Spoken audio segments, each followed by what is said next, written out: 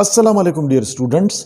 आज का हमारा जो टॉपिक है वो है prove that Kp is equal to Kc is equal to Kx is equal to Kn when delta n is equal to 0।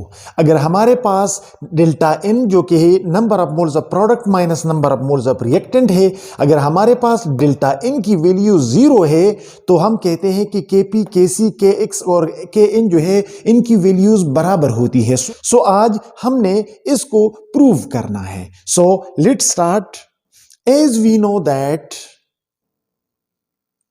Kp और Kc का जो रिलेशन है वो कुछ इस तरह है कि Kp is equal to Kc into RT power delta n। हमने इसको relationship between Kp and Kc में डिराइव किया था। सो हमें पता है कि Kp और Kc का ताल्लुक जो है वो ये है। इसी तरह हमें यह भी पता है, इसको भी हमने डिराइव किया था कि द रिलेशनशिप बिटवीन Kp और Kx जो है वो कुछ इस तरह है कि Kp is equal to Kx into P power delta n। Kp और Kx का रिलेशन ये है और Kp और Kn का जो रिलेशन है वो है Kp is equal to Kn into P by n power delta n।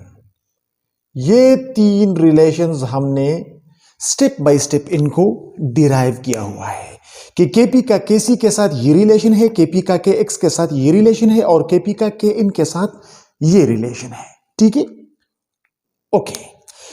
When number of moles of product and number of moles of reactant same हो तो delta in difference in number of moles 0 होता है।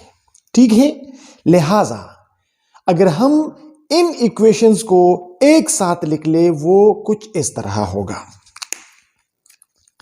कि Kp is equal to Kc into RT power delta n.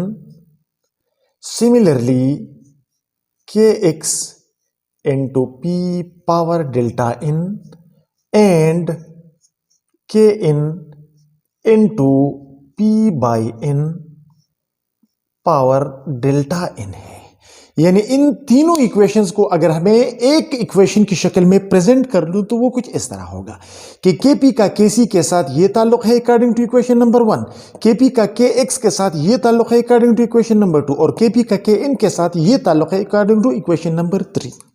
Now delta n is 0, so putting the value of delta n in this equation, so ये equation हमारे पास कुछ इस तरह हो जाएगा कि Kp is equal to Kc RT power delta n की बजाय 0 लिख लेंगे हम क्योंकि डेल्टा n की वैल्यू 0 है, is equal to Kx into power P के ऊपर जो पावर है वो डेल्टा n है और डेल्टा n की वैल्यू 0 है तो यहां पे भी 0 लिख लेंगे हम, is equal to Kn P by n power delta n की जगह 0 हो जाएगा। सो ये इक्वेशन हमारे पास कुछ इस तरह हो जाएगा। और आपको पता है कि जब किसी भी चीज का पावर 0 होता है तो वो 1 के बराबर होता है, लिहाजा Kp is equal to Kc into RT power 0 1 के बराबर है। सिमिलरली Kx इंटू P की पावर 0 है और जिस चीज का पावर 0 होता है वो 1 के बराबर होता है। And similarly Kn into P by n का पावर 0 है, लिहाजा ये भी 1 के बराबर है। सो हमारे पास आ गया Kp is equal to Kc is equal to Kx and is equal to Kn, जो कि प्रूव हो गया। लिहाजा जब हमारे पास डेल्टा इन 0 होगा तो हमारे पास Kp की वैल्यू, Kc की वैल्यू, Kx की वैल्यू और Kin की वैल्यू सेम आएगी. So it was all about the topic. If you still have any question, any ambiguity, you can ask your question in comments. Thank you for watching this video.